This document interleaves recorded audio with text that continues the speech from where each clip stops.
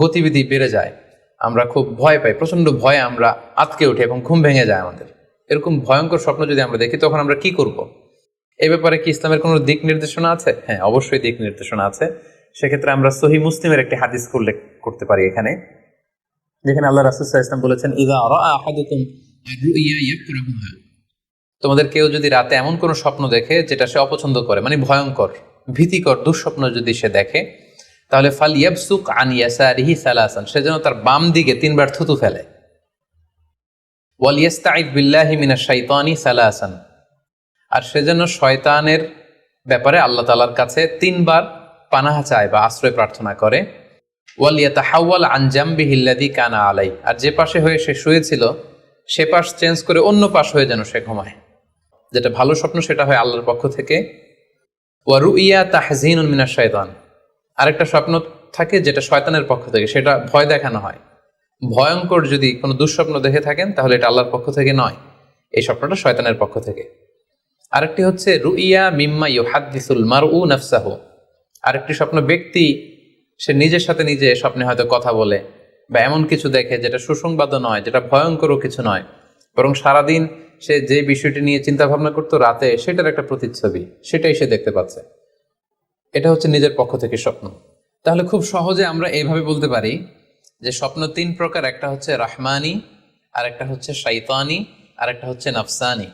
I repeat, আমি আবার বলছি, স্বপ্নের প্রথম প্রকার হচ্ছে রাহমানি, দ্বিতীয় প্রকার হচ্ছে শাইতানি, তৃতীয় প্রকার হচ্ছে নাফসানি। যেটা রহমানি সেটা রহমানের পক্ষ থেকে আল্লাহ দেখান, আর যেটা শয়তানি সেটা শয়তানের পক্ষ থেকে শয়তান ভীতিকর পরিবেশ তৈরি করার জন্য বা ভয় দেখানোর জন্য যেটা দেখায়।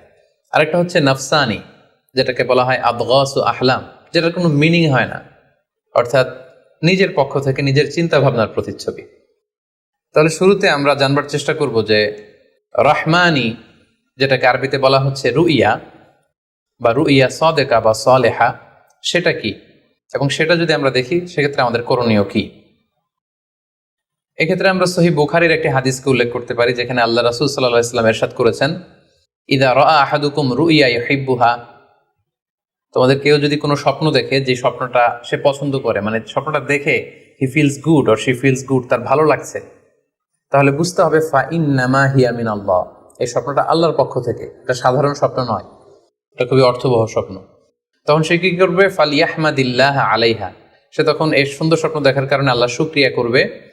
ওয়াল ইউহাদ্দিস বিহা, এবং চাইলে সে এই স্বপ্নের কথা মানুষের কাছে বর্ণনা করতে পারে বা শেয়ার করতে পারে। তাহলে সহিহ বুখারীর এই হাদিসের ভাষ্য অনুযায়ী আমরা যেটা বুঝলাম, আমরা যদি ভালো কোনো স্বপ্ন দেখি তাহলে 3টি কাজ করা যেতে পারে। প্রথমত আল্লাহর প্রশংসা করা, যেহেতু আমি ভালো একটি স্বপ্ন দেখেছি, আল্লাহ শুকরিয়া বা প্রশংসা আমরা করতে পারি। দ্বিতীয়ত চাইলে সুসংবাদ হিসেবে এই স্বপ্নটা আমি কারোর সাথে শেয়ার করতে পারি। আর 3 নাম্বার হচ্ছে এমন ব্যক্তিকে আমি শেয়ার করব যে আমাকে ভালোবাসে বা যে আমার শুভাকাঙ্ক্ষী, তা না হলে আমি হিংসার শিকার হতে পারি।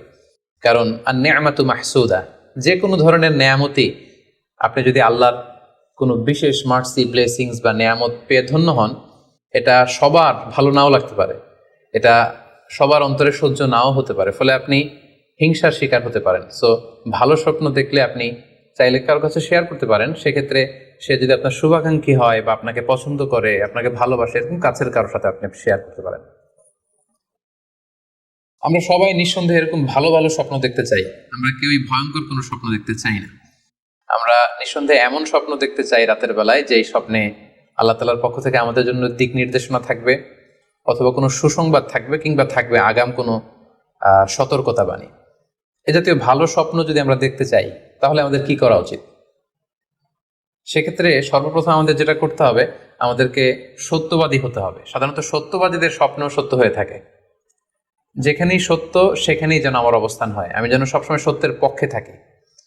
2 নম্বর হচ্ছে আকলুল হালাল, আমাকে হালাল খেতে হবে।